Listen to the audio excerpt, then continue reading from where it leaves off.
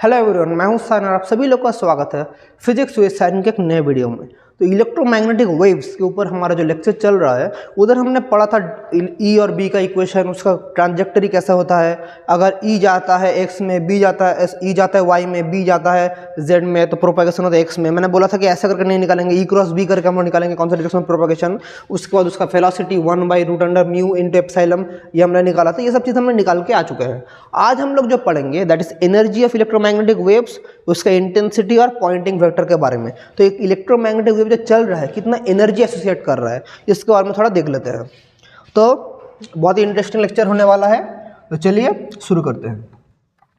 So energy of electromagnetic waves. So चलिए, energy of electromagnetic waves. तो एक wave जो हमारा चल रहा है, एक इलेक्ट्रोमैग्नेटिक वेव जो चल रहा है, उसको देखिए हम लोग क्या जानते हैं। इस तरफ अगर वाई एक्सिस, इस तरफ जेड एक्सिस, इस तरफ एक्स एक्सिस। सो ये अगर मेरा इलेक्ट्रिक फील्ड है, ये अगर मेरा इलेक्ट्रिक फील्ड है, तो मेरा इस तरफ क्या रहेगा, इस तरफ रहेगा मेरा, इसको थोड़ा अगर अच्छे से बनाओ, इस तरफ रहेगा हमारा मैग्नेटिक फील्ड। तो इस तरफ रहेगा मेरा मैग्नेटिक फील्ड और इस तरफ मेरा ऐसे करके इलेक्ट्रिक फील्ड चलता रहेगा। तो ये क्या है, इलेक्ट्रिक मैग्नेटिक फील्ड। इस तरफ जो भी है मैग्नेटिक फील्ड, और इस तरफ जो है ये क्या है, इलेक्ट्रिक फील्ड। ये है इलेक्ट्रिक फील्ड, ये है इलेक्ट्रिक फील्ड ई। तो ये हमारा वेव है। एक इलेक्ट्रोमैग्नेटिक वेव का ट्रैजेक्टरी कुछ ऐसा होता है। अभी देखिए क्या प्रॉब्लम है कि ये जो ट्रैजेक्टरी होता है, तो इसका तो इस तरफ भी इनफाइनाइट जाएगा, उस तरफ भी इनफाइनाइट जाएगा, तो एनर्जी तो बोथ साइड इनफाइनाइट जाएगा। तो हम लोग क्या करते हैं, एक पर्टिकुलर रीजन के लिए हम लोग इसका एनर्जी निकालते हैं। और ये जो एनर्जी कॉन्ट्रीब्यूटेड होगा बोथ किसके लिए, इलेक्ट्रिक फील्ड के लिए होगा, मैग्नेटिक फील्ड के लिए भी इसका एनर्जी एसोसिएट होगा, both for electric field and for magnetic field. तो हमारा जो इलेक्ट्रोमैग्नेटिक वेव है, उसका एनर्जी सिर्फ और सिर्फ इलेक्ट्रिक फील्ड के लिए नहीं, both electric and magnetic field के लिए होगा। तो अगर हम लोग अभी एनर्जी निकालेंगे तो फॉर इलेक्ट्रिक फील्ड क्या होता है, देखिए इलेक्ट्रिक फील्ड के लिए हमने कैसे बोला था, एक पैरेलल प्लेट कैपेसिटर कंसीडर करेंगे। तो एक अगर पैरेलल प्लेट कैपेसिटर कंसीडर करते हैं, इधर है प्लस प्लेट, ये है माइनस प्लेट। सो हमें पता है एक पैरेलल प्लेट कैपेसिटर का एनर्जी कितना एसोसिएट होता है, एनर्जी होता है हाफ सी वी स्क्वायर होता है। और सी का मतलब क्या है, epsilon nought A by D होता है। अगर इसका क्रॉस सेक्शन एरिया ए है, separation between the plate is D, तो ये होता है, तो उसको अगर पुट करेंगे half epsilon nought A by D into V square. और हमें वी और ई के बीच में इलेक्ट्रिक फील्ड, क्योंकि इधर से इधर तो इलेक्ट्रिक फील्ड इस तरफ डायरेक्टेड है, ई टू इस प्लस से माइनस तक, तो इलेक्ट्रिक फील्ड क्या होता है, V into D, sorry electric field होता है वी बाई डी होता है। तो यहाँ से पोटेंशियल का फॉर्मूला क्या आएगा, ई इंटू डी आएगा। ठीक है, पोटेंशियल का फॉर्मूला कुछ ये आएगा, ई इंटू डी। तो मैं क्या लिख सकता हूँ, हाफ एप्सिलॉन नॉट ए और V by D, V square है तो क्या होगा, E square into D square लिख सकते हैं। तो ये डी और डी स्क्वायर कट जाएगा, तो हाफ एप्सिलॉन नॉट ए into D into E square लिख सकते हैं ना। अभी ए इंटू डी जो टर्म है, ए इंटू डी जो टर्म है, इसी को हम लोग क्या बोलेंगे, वॉल्यूम। ए इंटू डी को बोलेंगे volume. So U by A D equal to half epsilon not E square, ये फॉर्मूला आ रहा है। तो energy per unit volume, energy per unit volume, इसी को हम लोग क्या बोलते हैं, एनर्जी डेंसिटी। तो यही चीज थोड़ी देर पहले हम बोल रहे थे, पर्टिकुलर रीजन के लिए निकालेंगे। तो इलेक्ट्रोमैग्नेटिक वेव में क्या इंपॉर्टेंस है, एनर्जी डेंसिटी। तो हमारा एनर्जी डेंसिटी क्या आ जाएगा यहाँ से, सो मैं अगर इधर ही लिखूँ इसको, सो देयरफॉर मेरा एनर्जी डेंसिटी क्या आ जाएगा, energy density due to electric field, electric field के लिए क्या आएगा, mu E that is U by A D, U by A D that is half epsilon not E square. This is energy density due to E, हमारा आ गया half epsilon not E square, energy density due to E half epsilon not E square mu ई। अभी इसको हम, ये तो हमने देख लिया कि एनर्जी डेंसिटी ये है। अभी एक इलेक्ट्रोमैग्नेटिक वेव में ई का इक्वेशन कुछ कैसा होता है, ई का इक्वेशन होता है E equals to E nought sine of K X minus omega T. बोलेंगे sir omega T minus K X भी हो सकता है, कुछ भी चीज़ हो सकता है, मैं ये भी लिख सकता हूँ वो भी लिख सकता हूँ, बोथ आर राइट। मैंने पिछले दिन इसका कॉन्सेप्ट क्लियर किया था, के एक्स माइनस ओमेगा टी भी हो सकता है, omega T minus K X भी हो सकता है। तो ई nought sine of K X minus omega T. लेकिन यहाँ पर हमारा ई स्क्वायर क्या है, ई स्क्वायर तो ये वाला ई स्क्वायर हम लोग डिनोट कर रहे हैं, ई स्क्वायर तो हम लोग ये वाला ई डिनोट कर रहे हैं, लेकिन हमारे पास तो ये तो कभी ई हमारा पॉजिटिव में होगा कभी नेगेटिव में होगा, तो हमें ये वाला ई देने से तो नहीं होगा सर। तो इसके लिए हमें क्या करना पड़ेगा, इसका एवरेज वैल्यू निकालना पड़ेगा, और इसका एवरेज हम लोग निकालेंगे। तो म्यू ई हमें क्या चाहिए, एवरेज चाहिए। So for mu E average हमें क्या चाहिए, इस पूरा टर्म का हमें एवरेज चाहिए, that is half of epsilon not E square का क्या चाहिए, इसका पूरा का मुझे एवरेज निकालना पड़ेगा। तो पूरा का जब एवरेज निकालेंगे, हाफ ऑफ एप्सिलॉन नॉट तो कांस्टेंट ये बाहर आ जाएगा, हाफ ऑफ एप्सिलॉन नॉट अंदर क्या पड़ा रहेगा, E square.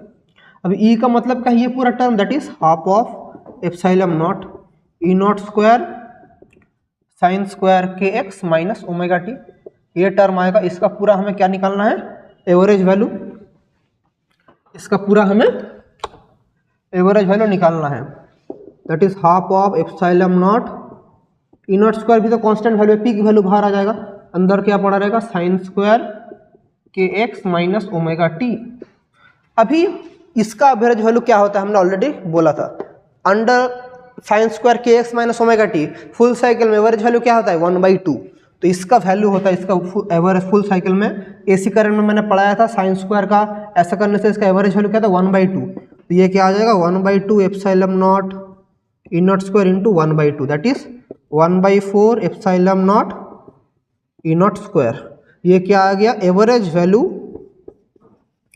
Of energy density due to electric field, ये वाला हमारा आ गया। Mu E average 1/4 epsilon not E not square, जहाँ पर ई नॉट क्या है, पीक वैल्यू, ई नॉट है पीक वैल्यू ऑफ ई। तो ये वाला टर्म हमारा मोर सिग्निफिकेंट है उस term, half epsilon not E square से मोर सिग्निफिकेंट इज दिस, क्योंकि ई नॉट का वैल्यू हम लोग निकाल सकते हैं, लेकिन ई का value this for this particular होता है। तो ई नॉट हम लोग अगर एवरेज हमेशा एनर्जी डेंसिटी किसके लिए निकालेंगे, एवरेज एनर्जी निकालेंगे, ये वाला सिग्निफिकेंस है। सिमिलरली अगर हम लोग मैग्नेटिक फील्ड के लिए निकालें, तो मैग्नेटिक फील्ड के लिए हमें क्या चाहिए, एक इंडक्टर चाहिए। मैग्नेटिक फील्ड के लिए मुझे चाहिए एक इंडक्टर। तो एक इंडक्टर में अगर ऐसा एक इंडक्टर होता है, इसका एल है, इसमें से आई करंट फ्लो कर रहा है, तो इसका एनर्जी कितना होता है, हाफ एल आई स्क्वायर। अब मुझे एल का भी एक वैल्यू पता है, आई का भी वैल्यू पता है, याद कीजिए इंडक्टर के लिए एल का वैल्यू क्या होता है, पाई आर स्क्वायर, बोलिए पाई आर स्क्वायर एल इंटू आई, ऐसा कुछ होता है ना, पाई आर स्क्वायर एल इंटू आई, कुछ याद आ रहा है, ओ सॉरी यहाँ पर म्यू नॉट, अरे कुछ ऐसा था टर्म, देखिए mu not pi R square, mu not pi R square N into L, कुछ ऐसा टर्म आया था ना, जब मैंने यहाँ पर पढ़ा था इंडक्टर में, mu not pi R square N L, mu not pi R square N L, यहाँ पर एन स्क्वायर होगा। अरे सोलेनॉइड के लिए हमने सोलेनॉइड के लिए ये वाला एक्सप्रेशन निकाला था, और हमें और एक एक्सप्रेशन पता है, B equals to mu not N I, किसके लिए, ये सोलेनॉइड के लिए होता है। यहाँ से आई का फॉर्मूला क्या आ जाएगा, B by mu not N. अरे ये वाला चीज़ हमने सोलेनॉइड के लिए निकाला था ना, कुछ याद नहीं आ रहा है, ये म्यू नॉट एन आई म्यू नॉट, और इसके बाद एक सोलेनॉइड के लिए ये वाला टर्म आया था, सोलेनॉइड के लिए सेल्फ इंडक्टेंस। अरे एक सोलेनॉइड के लिए जब हम लोग सोलेनॉइड लेते हैं, उसका अगर इंडक्टेंस एल होता है, तो हमें क्या पता है, phi equals to L I पता है, और यहाँ से हमारा मैग्नेटिक फील्ड अगर निकालते तो वहाँ से क्या टर्म आता है, L mu not pi R square N square L, ये वाला टर्म आया था, याद कीजिए इलेक्ट्रोमैग्नेटिक इंडक्शन मैंने जब आप लोग को पढ़ाया था, तो ये वाला आया था pi R square N square into L, mu not pi R square N into L, ये वाला टर्म आया था। ठीक है, अभी देखिए इन सब टर्म को मैं इधर बिठा दूंगा, तो हाफ एल क्या होगा, mu not pi R square N square L, and I क्या है, आई का स्क्वायर है, तो इसका पूरा स्क्वायर हो जाएगा, that is B square by mu naught square into N square, ये वाला होगा। So half N square cut जाएगा, एक म्यू नॉट स्क्वायर और म्यू नॉट कट जाएगा, हाफ पाई देखिए pi R square L into B square by mu आएगा, mu naught आएगा सॉरी, और यहाँ पर आएगा U. Pi R square L इसका मतलब है क्या है, वॉल्यूम, तो U by pi R square L equals to 1/2 B square by mu not. और इसी को बोलेंगे एनर्जी डेंसिटी।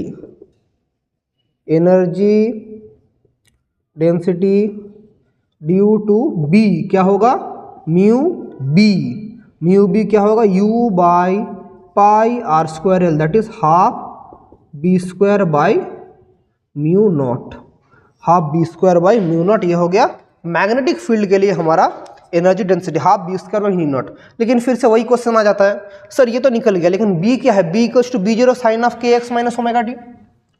सिमिलरली हमें क्या पता है, सिमिलरली हमें पता है B equals to B naught sine of K X minus omega T. तो यहाँ से हमें फिर से एवरेज वैल्यू निकालना पड़ेगा। सो क्या करेंगे, mu B average that is half of B square by mu nought, ताले 1/2 म्यू नॉट, बी स्क्वायर का मतलब क्या होगा, B not square sine square K X minus omega T, यह आएगा।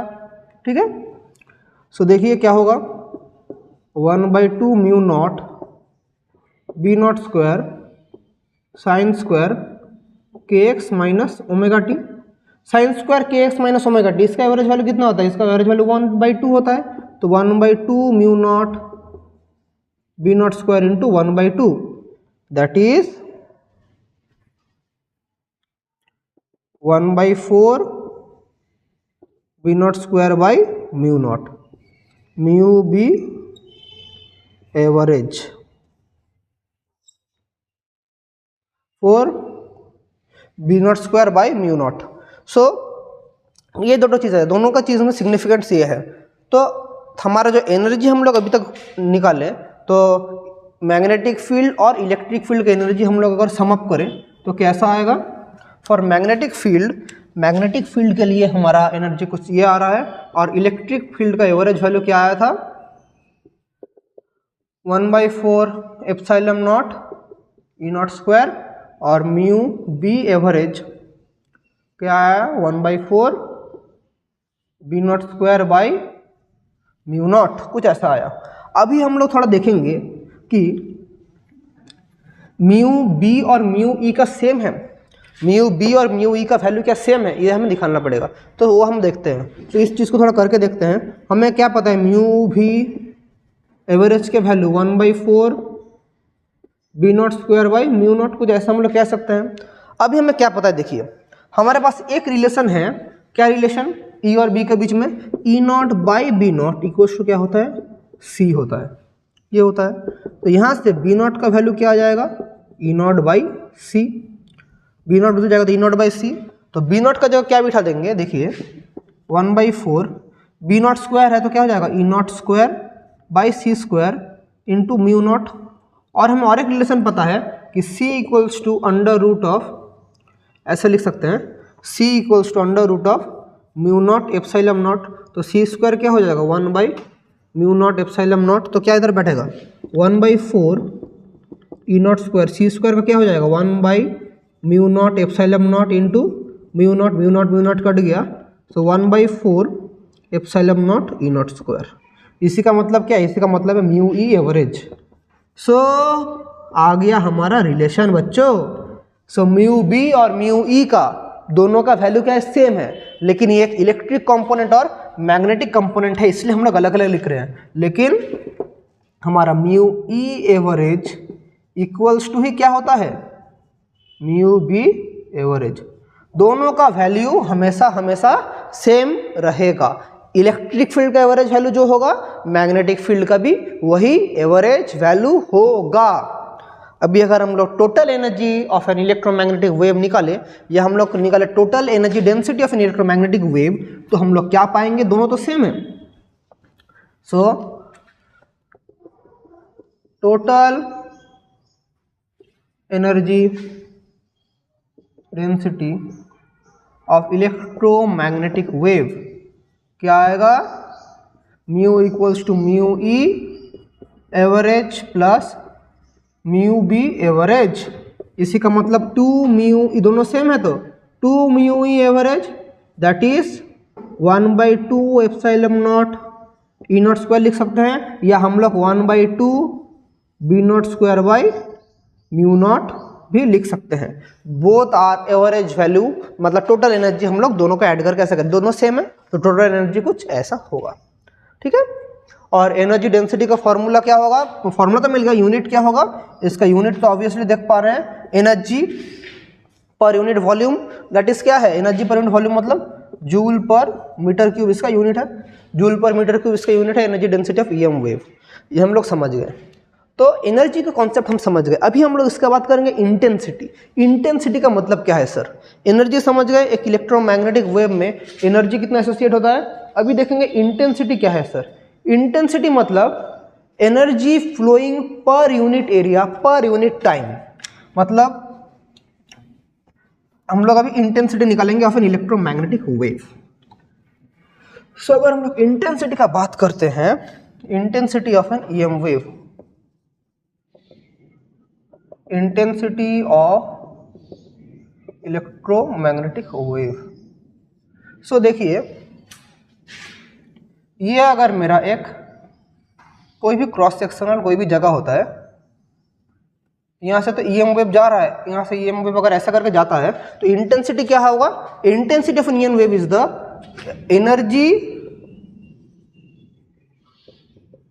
Flowing per unit area per unit time, energy flowing per unit area per unit time, मतलब I equals to U by A into T, जब T क्या है, T है time, U तो energy थोड़ी देर पहले हमने डिस्कस किया, U is the energy and A is the area, energy flowing per unit area per unit time.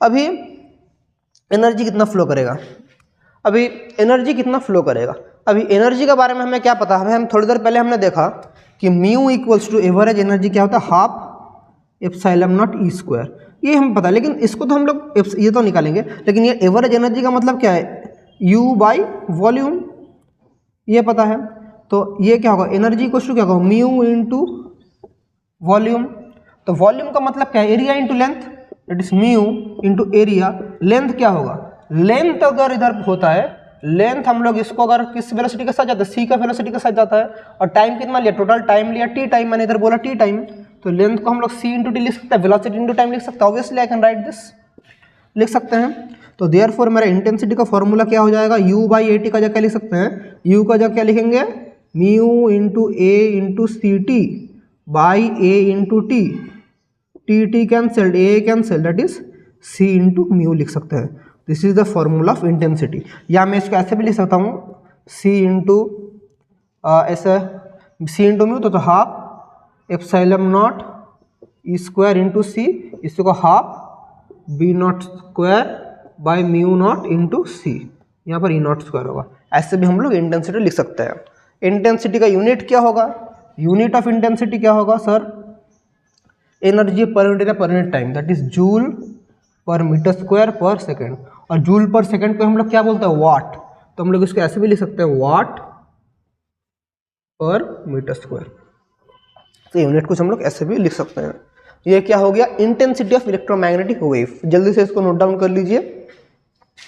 इसके बाद हम लोग करेंगे क्या, momentum of EM wave. Momentum भी किससे करेंगे बोलिए, क्या वेव है, de Broglie wave, D Broglie का इक्वेशन याद है, ऑब्वियसली याद तो रहना ही पड़ेगा। सो मोमेंटम के लिए हम लोग डी ब्रोगली का इक्वेशन यूज करेंगे।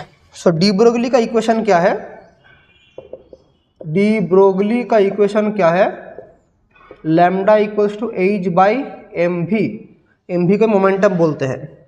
और हमें क्या पता है, एनर्जी का फॉर्मूला हमें क्या पता है, एनर्जी का फॉर्मूला हमें पता है, E equals to H nu H F, ये वाला प्लैंक का इक्वेशन है, मैक्स प्लैंक का जो इक्वेशन है, जहाँ पर E is the energy, H is the plank constant and F is the frequency, जहाँ पर H का वैल्यू है 6.626 10 to the power minus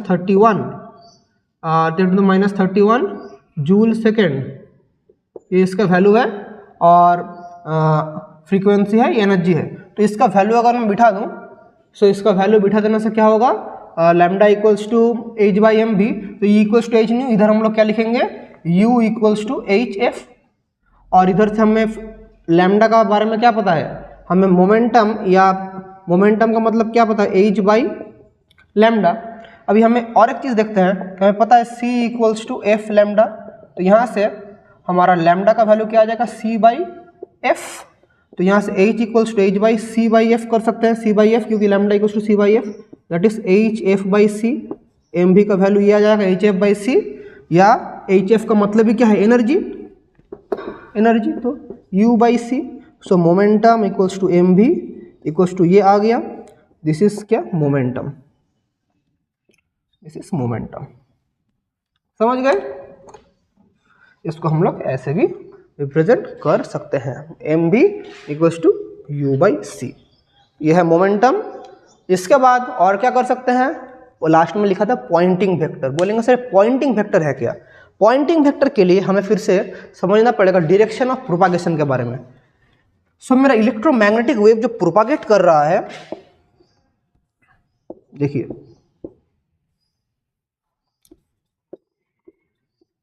ये है E और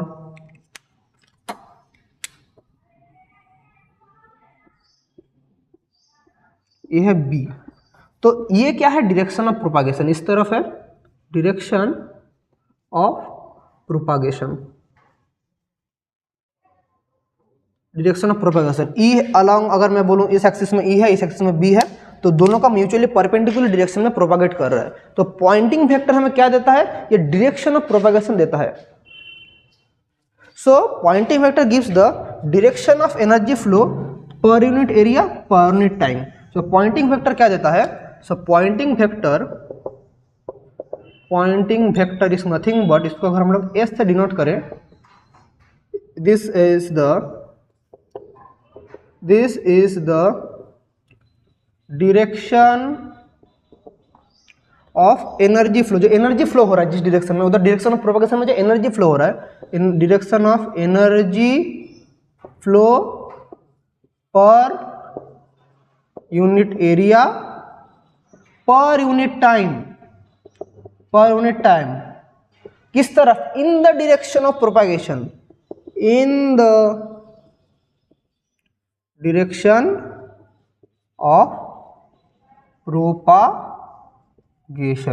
in the direction of propagation, direction of energy flow per unit area per unit time in the direction of propagation. Direction of propagation हमें किस formula से मिलता है, डायरेक्शन ऑफ प्रोपागेशन का मतलब E cross B, direction of propagation का मतलब E cross B, लेकिन यहाँ पर एक एनर्जी टर्म है, तो पॉइंटिंग वेक्टर का फॉर्मूला हो जाएगा 1/μ0 E cross B, this is the formula of Poynting vector, this is a vector term 1/μ0 E cross B, और दिस इज सिग्निफाइंग एनर्जी, इसलिए μ0।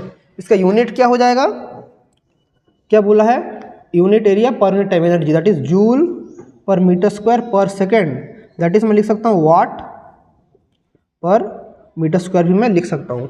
पॉइंटिंग वेक्टर का यूनिट है watt per metre square, energy per unit area per unit time, ठीक है। सो electromagnetic wave का एक part हमारा खत्म हुआ। इसके बाद हम लोग पढ़ेंगे वेरियस इलेक्ट्रोमैग्नेटिक स्पेक्ट्रम, हर एक का यूजेस क्या है, उन सब चीज़ों को हम लोग धीरे धीरे पढ़ेंगे। तो ये सब चीज़ें थोड़ा बाकी था, मैंने आप लोग करा दिया, न्यूमेरिकल्स भी कराऊंगा, पहले आप ये सब चीज़ों को कवर कर लीजिए। आई होप यहाँ तक आप लोगों को कुछ डाउट नहीं रहेगा। अगर कुछ भी डाउट होता है, I am always available in the comment section. तो इसी के साथ आज क्लास एंड करेंगे। Wishing all the very best and thank you.